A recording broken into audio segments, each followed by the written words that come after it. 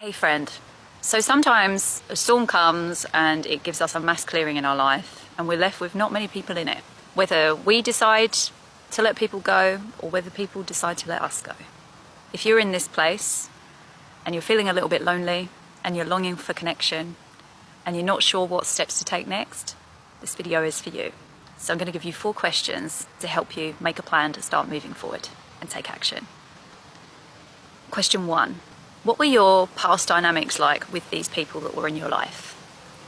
What part did they play in it? What part did you play in it? What are you not happy to continue with?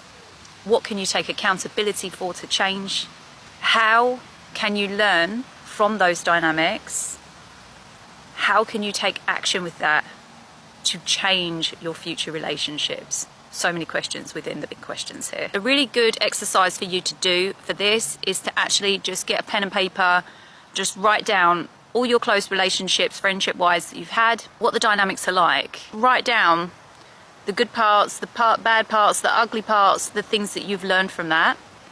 Look at each of those friendships, see if you can see any pattern, and we'll figure out through this who you have shown up as in your relationship so far. What sort of archetype are you? So for instance, like, I'm a helper, that's what I do for a living, but I've also shown up as a helper in my personal relationships, which I have had to change. And there's things that I've had to do to change that have been very uncomfortable. And we learn that sometimes we get into these, stuck in a rut in these patterns and end up like playing a part in these toxic relationships because we've been playing a part that was embedded into our subconscious, something that we learned early on in our lives, okay? Sometimes it's that.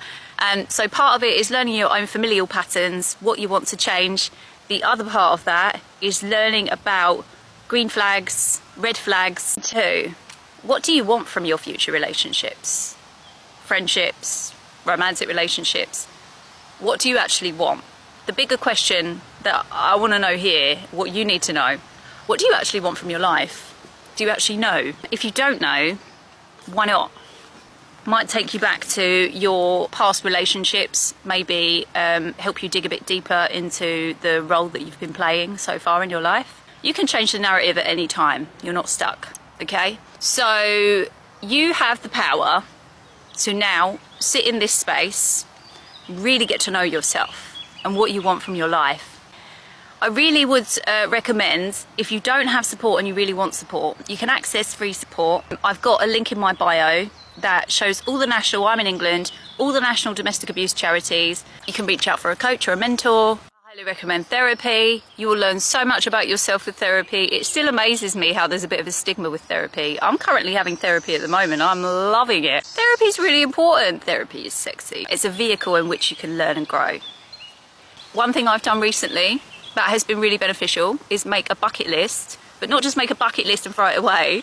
Make a bucket list and put something in each month on the calendar, in my diary, what I'm going to do, how I'm going to do it, where I'm going to go. It might mean going to somewhere on your own, meeting new people, really exciting.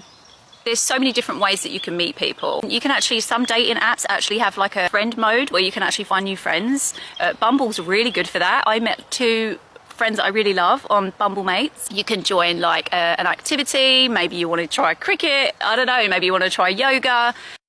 And then, so the next question is, what friendships do you want, okay? So when you find out about yourself, it's really important that you find out about yourself first and what you want and what areas are missing in your life, right? So maybe you've got friends that you have really the intimate, deep connections with, but you're missing friends to go to the gym with, you're missing friends to go to yoga with, you're missing friends to go hiking with, you want friends to try new things with. Maybe you already have friends to do things with and you're missing the intimate friendship. The reality is that we actually have friendships for different reasons, and that's okay. And it's okay to look at your life and go, actually, that's the kind of friend I want. And the good thing about like making friends online, I have to say, be careful and obviously use caution and discernment when meeting people online and always in a public place, right?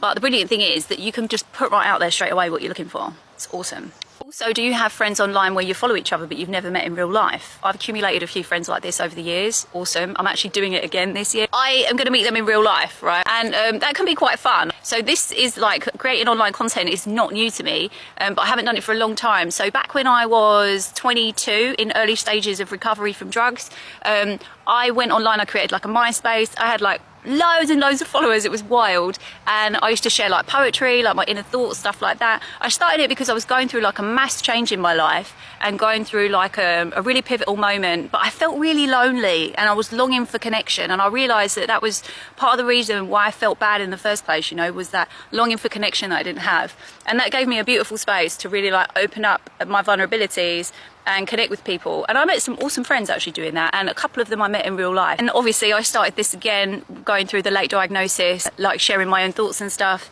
and I have a business. But then obviously it kind of like turned into me expressing, creating a community for this as well, which has been so awesome and beautiful, and it's such a beautiful way to connect with people. It really is. So don't ever doubt yourself and your ability to actually like create a community yourself.